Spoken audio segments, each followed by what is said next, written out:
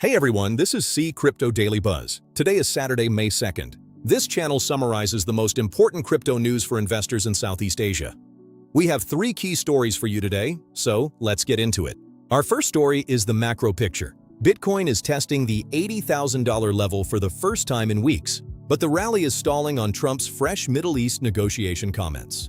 According to Block Media, BTC closed the New York session pushing into the $78,000 to $80,000 range. After sideways trading in the 76K zone earlier in the week, spot BTC ETFs pulled in roughly $2 billion of net inflows in April, even higher than March, while CoinShares just listed on Nasdaq through a SPAC merger with $7.4 billion in assets. BTC's correlation with US equities has also climbed back to 2023 levels. My take on this is a textbook recovery setup, but the leadership is shifting. Institutions are quietly buying through ETFs while retail is still scared. For Southeast Asia, the playbook is simple. Don't chase candles, accumulate on the way up only with stop losses. And remember that a BTC tightly tied to US stocks means any S&P shock will hit your portfolio twice as hard. Moving on to our second story. Our second story is a very real change for Filipino traders. The Apple App Store in the Philippines has now removed the Binance, Bitget, OKX, and MEXC apps, on top of the Google Play Store removing Binance back in February. This is the next step after the Philippines SEC's recent advisories against 8 unregistered platforms, and earlier letters to Apple and Google demanding takedowns of unlicensed exchange apps. As BitPenis reported, searching OKX on iOS now shows re.pay ads and pushes users toward coins.ph, while Bitget, MEXC, and Binance simply do not return their official apps. The SEC and BSP have not yet released a formal directive, so this is still a developing story. My personal read: the Philippines is no longer flirting with offshore exchange enforcement. It is executing it, app by app. For OFW remittance flows and local traders who relied on Binance, this is the moment to migrate to PH-licensed platforms like coins.ph, PDX, GoTime Bank, and Maya, or use international exchanges only through web access while understanding the legal gray area. And finally, our third story.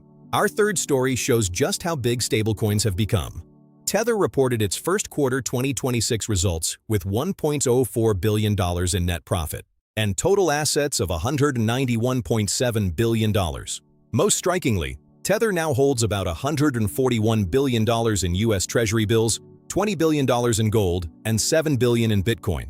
If you treated Tether as a country, its treasury holdings alone would rank around 17th in the world, ahead of several G20 economies.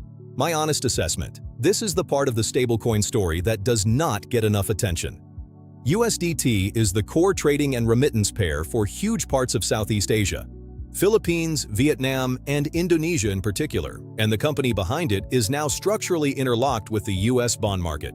The opportunity here is deepening liquidity for C users. The risk is concentration. Any major regulatory shock, pressure on treasury yields, or disclosure issue could send shockwaves through every USDT pair you trade.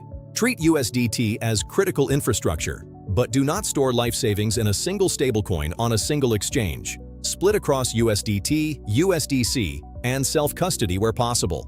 Before we wrap up, here's a quick recap of today's 3 stories. Story 1.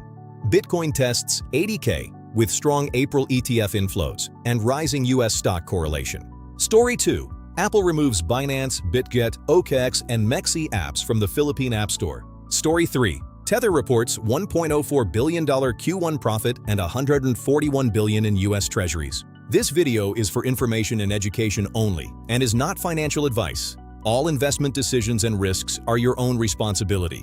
If this video was helpful, please subscribe, hit the like button, and turn on the notification bell. And if you want more chart analysis and trading insights, join our free Telegram channel. The link is in the description below. See you in the next one.